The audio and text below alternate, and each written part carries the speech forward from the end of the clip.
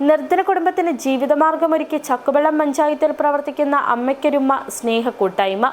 കുടുംബത്തിന് സ്ഥിരവരുമാന മാർഗം ഉറപ്പാക്കുകയെന്ന ലക്ഷ്യത്തോടെ കൂട്ടായ്മയുടെ നേതൃത്വത്തിൽ കട നിർമ്മിച്ചു നൽകി.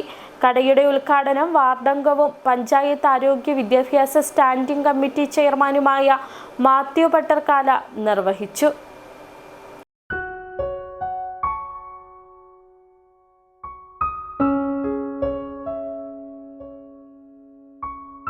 ചക്കുവെള്ളം 6 മൈൽ കുങ്കിരിപ്പെട്ടി ഉന്നതിയിൽ താമസിക്കുന്ന സെൽവം മുമ്പ് ജീപ്പ് ഡ്രൈവറായിരുന്നു.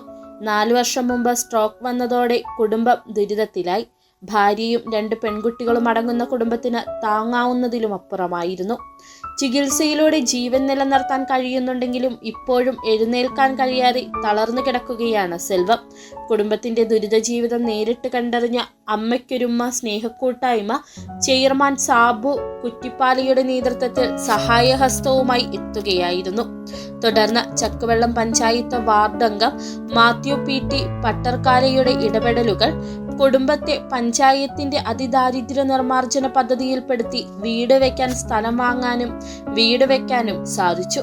നിലവിൽ സ്നേഹക്കൂട്ടായ്മയുടെ നേതൃത്വത്തിൽ ചെറിയ ഒരു കട നിർമ്മിച്ചു നൽകി വരുമാന മാർഗവും ഒരുക്കി. പുതിയ കടയുടെ ഉദ്ഘാടനം വാർഡംഗവും പഞ്ചായത്ത് ആരോഗ്യ വിദ്യാഭ്യാസ സ്റ്റാൻഡിംഗ് കമ്മിറ്റി ചെയർമാനുമായ മാത്യു പട്ടർക്കാല നിർവഹിച്ചു.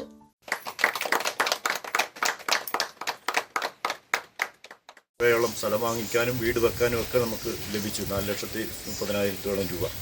എങ്കിൽ കൂടി അത് ഏറ്റെടുത്ത് നടത്താനും ഒക്കെ സാബുച്ചേട്ടൻ അമ്മയ്ക്കൊരുമ്മ സ്നേഹക്കൂട്ടായ്മയുടെ നേതൃത്വമാണ്. എനിക്ക് നമ്മളെ സംബന്ധിച്ചോളം ഒത്തിരി കാര്യങ്ങളിലേക്ക് മുന്നേക്ക് പോകേണ്ടതുണ്ട്. സാബുച്ചേട്ടൻ അത് ഏൽപ്പിക്കുകയും കൃത്യമായി ബാക്കി പൈസ കൂടെ കളക്ട് ചെയ്ത് പലരുടെയും സഹായത്തോടെ ഭംഗിയായി നിർവഹിച്ചൊരു വാസയോഗ്യമായ വീട് ഇവർക്ക് നൽകി.